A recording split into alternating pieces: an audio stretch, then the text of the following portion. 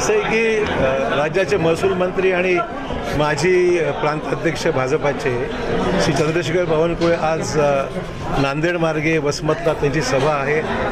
लातूर आणि इतर ठिकाणी जाणार आहेत. ते नांदेड येत असताना मंडळ अध्यक्ष आणि पदाधिकाऱ्यांच्या प्रमुख भेटी इथे त्यांनी घेतलेल्या आहेत. थोडक्यात त्यांनी महापालिकेच्या पूर्वतयारी संदर्भामध्ये काय अपेक्षित आहे याही बाबतीमध्ये सूचना केलेल्या आहेत. आणि काही लोकांचे पक्षप्रवेश या ठिकाणी झालेत. आपण पाहिलं की माजी महापौर सतीश देशमुख, माजी महापौर आपले जयश्रीताई पावडे, सध्या आमचे पावडे यांची पत्नी, हे सर्व आज आणि इतरही पदाधिकारी विकी आहे आणि बाकी यांचा आज प्रवेश झालेला आहे. त्यामुळे भाजपमध्ये येणारी संख्या निश्चितच वाढत चाललेली आहे आणि याचा संकेत आहे की वातावरण हे भाजपला अनुकूल आहे. हाच विषय आहे. युतीबाबत काही चर्चा वगैरे झाली? युती शिवसेनेशी चर्चा करण्यासंदर्भामध्ये एक 5 लोकांची समिती यांनी गठीत केलेली आहे. आणि ती समिती आणि त्यांचे 5 लोक जे त्यांनी नियुक्त केलेले आहेत यांची चर्चा आज उद्या अपेक्षित आहे.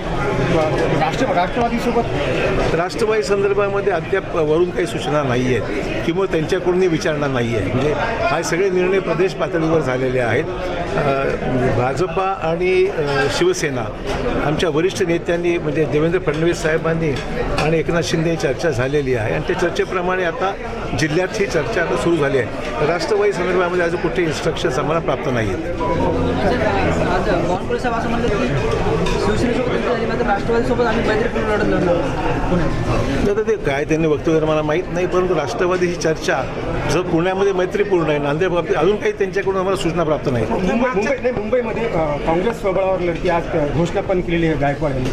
ठीक आहे, काँग्रेससोबत कोणी यायलाच तयार नसेल तर त्याला पर्यायच काय शिल्लक आहे. मागच्या काळामध्ये एकतर्फी आपली महानगरपालिका होती, यावेळेस निश्चित येईल ना. भाजपचा सर्वात मोठा पक्ष भाजपच राहणार आहे आणि भाजप हा बहुमताने आपली संख्या असल्यामुळे भाजप सत्ता स्थापन मित्र पक्षाबरोबर करेल.